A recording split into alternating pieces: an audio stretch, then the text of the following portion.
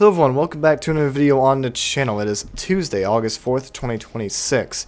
We're still kind of in a generally quieter pattern in terms of severe weather, especially in tropical weather. Not a lot of significant weather to talk about in today's video and throughout the next couple of weeks, but the headlines that we had on Saturday are generally about the same today with some tweaks. So watch till the end so you know what you can expect for your area over the next couple of days or even out into the next couple of weeks. So here's the current satellite and radar picture this morning. It's about 10:30 Central Time, and we have a few areas of activity. We have some rain storms across parts of the north central plains, some clouds and rain across parts of the southeast, that rain across parts of the Carolinas, and then smoke across parts of the Northwest. I mean, they are just covered in smoke due to the major wildfires that they have experienced across the western states. And you can even see some of that smoke across parts of Texas, Oklahoma. All this haze right in here is all of that smoke. You can see it here too across parts of the western states. So air quality poor across some areas of the United States this morning, and that will continue for the next couple of days. Let's go and take a look at the severe outlook for today. We have three areas of severe potential today, one across parts of the Carolinas, another across parts of the southwestern plains, and also one across parts of southern Arizona and New Mexico with that monsoonal activity out there. This is actually a 15% Sig 1 risk. That means there is a potential for some damaging wind gusts up to 75 miles per hour or greater across parts of that risk today. So areas near the I-8 and I-10 corridor, this evening you do want to pay attention for potential for damaging winds. There could also be some large hail, not concerned about a tornado threat today. Both areas across parts of the Carolinas and the southwestern plains are for damaging winds, whereas the western risk across parts of the plains is for hail. No organized tornado threat today. There aren't any tornado risks out by the SPC for today. Obviously, can never fully rule out a brief tornado, but we're not forecasting potential for, neither is the SPC forecasting potential for tornadoes today. Tomorrow, we do have three marginal risks. We have one across parts of Arizona, one across the southwestern plains again, and then one across parts of the Midwest. In fact, the Midwest, I believe, is for all severe hazards. We'll check the probabilities, damaging winds, a couple of tornadoes, and also large hail. So all severe hazards are possible across parts of the Midwest tomorrow. So not a high-end threat by any means, but there could be a few stronger storms capable of producing damaging winds, large hail, and perhaps a tornado or two. So on day 3, we don't have any organized severe threats on day 3. No areas of severe potential. Of course, that can change over the next couple of days, but mainly just some general thunderstorms from the southern Rockies all the way off towards the East Coast. The entirety of the East Coast is under thunderstorm risk, and then parts of northern plains as well, but nothing organized in terms of severe activity on Thursday. Let's go and take a look at the modeling for today. We'll start with the southeast. Could see some gusty storms, just generic summer thunderstorms this afternoon and this evening. Going to be mainly a concern for strong downbursts. No concern for tornadoes or even severe hail. Could there be an isolated severe hail event? Possibly, but the main concern is going to be just strong, damaging downburst. As the storms are sort of aided a little bit by the low sitting across parts of the southeast today. But that threat should wane late tonight and into early tomorrow morning. Shouldn't be a major deal. Throughout today, I think we're going to see mostly a flooding threat out here across parts of the northern plains, especially here where we do have perhaps a persistent batch of rain and storms across parts of South Dakota, northern Nebraska, southwest Minnesota, and in the northwest Iowa. So that's going to be mainly concerned for flooding.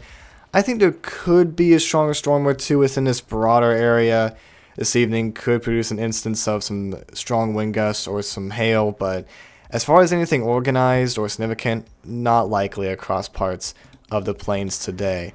I think if there is going to be anything significant, it's going to be across parts of Arizona today. In fact, you can see that cluster of storms. If that does occur, there could be some damaging wind gusts, perhaps up to 80 miles per hour across parts of northern Mexico and southern Arizona.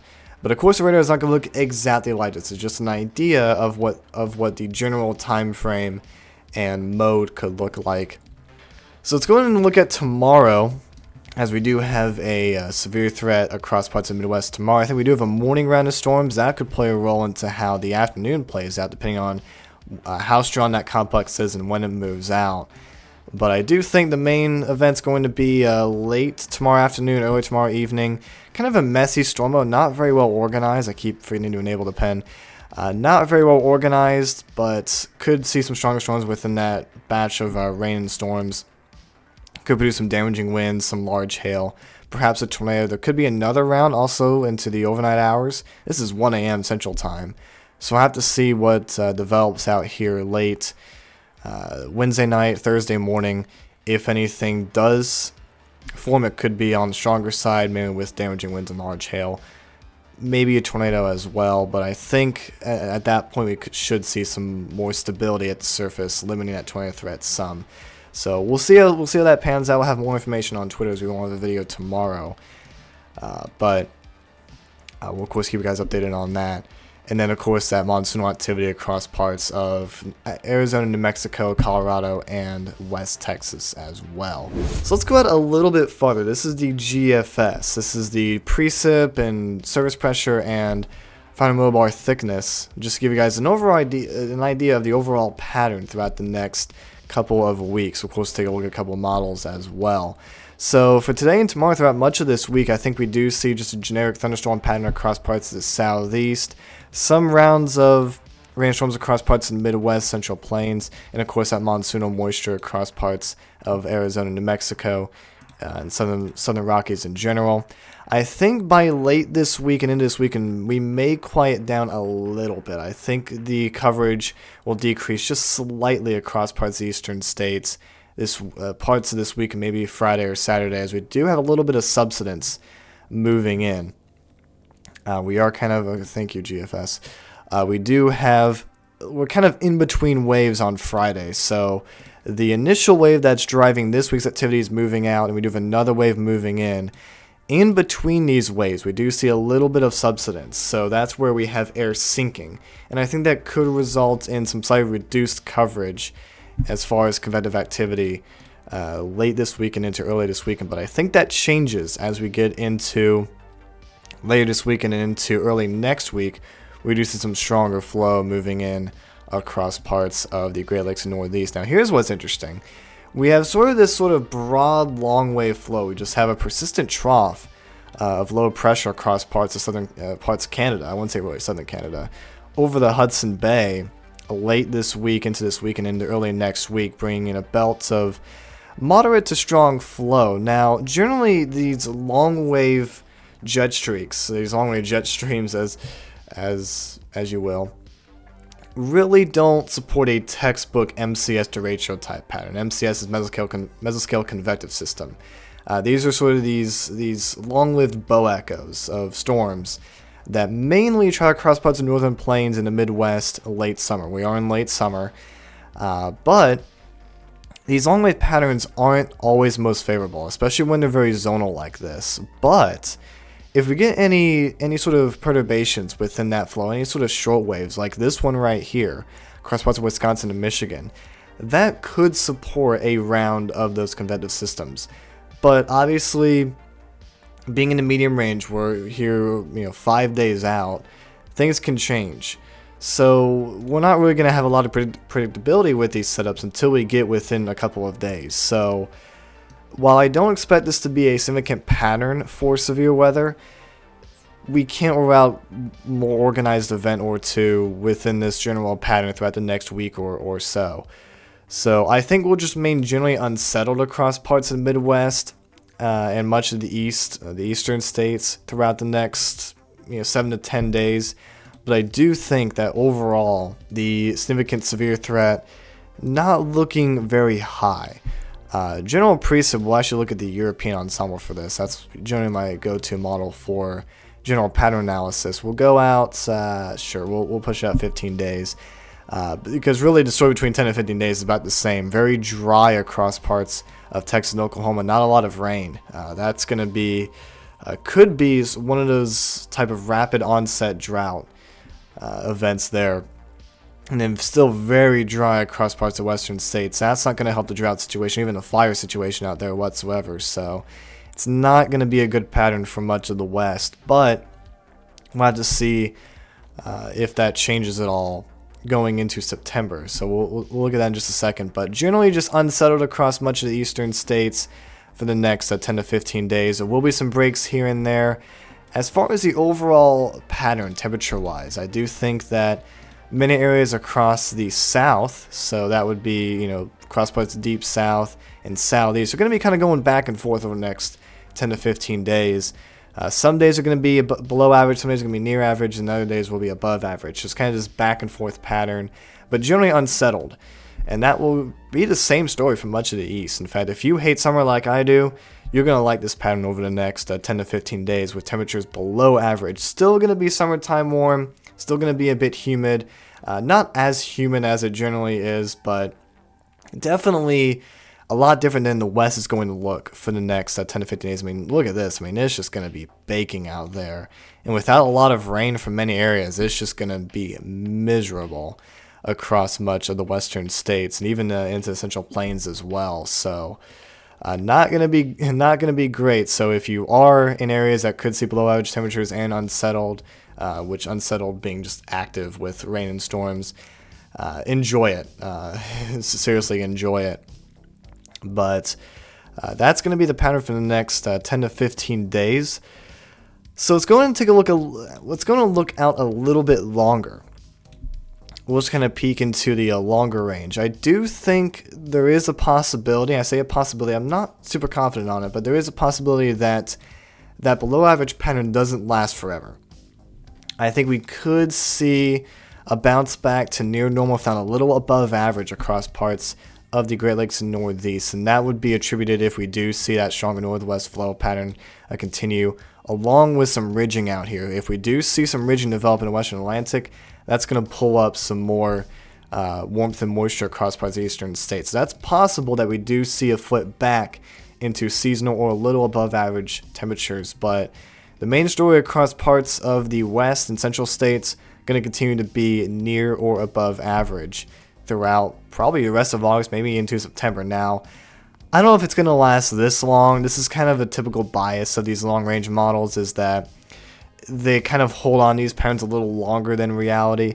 Sometimes they do pan out this way, but we'll have to see. But I do think at least for the next 2 to 3 weeks, I think the temperature pattern will remain above average with well below normal precip throughout parts of that period. As far as precip goes, I do say parts of that period because I do think we do see some sort of pattern change going into September, which I know many areas across parts of the western states are hoping this happens, but we could see some above average precip develop between late August and mid-September. So if that does happen, that would be great. That would offset some of the drought concerns, at least the rapid drought concerns for parts of the plains and western states. Overall 46-day precip, this is just an average overall precip for the next 46 days. Obviously, there'll be periods that are going to be a little above and a little below, but overall, I think many areas across parts of the Midwest and Northeast going to continue to remain unsettled. Most of this is attributed to the next week or two, so much of that rain is within the next couple of weeks. And even the same deal here, but I think some of that's going to also be toward the end of the forecast period as well as we go into mid-September. And then across parts of the Northwest as well, very dry. So those drought conditions and all of that heat is going to just continue to get worse, along with the fire weather conditions as well, especially if we continue to get these strong troughs moving in from the North Pacific. So not an ideal situation across parts of the western states, and here across parts of the south, man, just dry. I do think we're going to see a little more precip across parts of the southeast in the year than the model was predicting. I think we're going to be about near normal, not so much below average across parts of the southeast, but we're going to continue to see just generally below average precip across parts of the southern plains throughout the next month and a half. Now, the GFS extended, we'll take a look at the 35-day precip anomaly. I do think this is a little less accurate. I do think we see more precip across parts of the Corn Belt and Midwest, and I think this is a little more accurate as well. It's a little more precip, maybe not as above average. I think we're going to be near normal across parts of the Southeast. I think it's doing pretty well as far as the Northeast as well. Much of monsoonal moisture across parts of the western states, but it's generally dry across parts of the southern plains, central plains, and the Northwest. I think the GFS is doing a little better job on that. But I would expect a little more precip across parts of the Corn Belt and Midwest going into early September. Much of that, again, attributed to the next week or two. So that'll do it for today's video. Just kind of a general weather video. Again, not a whole lot to talk about. Just, when there's not a lot, we just talk about general pattern stuff. And we do have significant severe weather or tropics or winter storm. Obviously, we won't have to worry about winter storms in the summertime, but when we do eventually get there, of course, we do a lot more in-depth forecast analysis and coverage. I'm usually not stumbling over my words like today's video, so forgive me for that. But that'll do it for today's video. Thank you all for watching, and I will see you guys in the next one.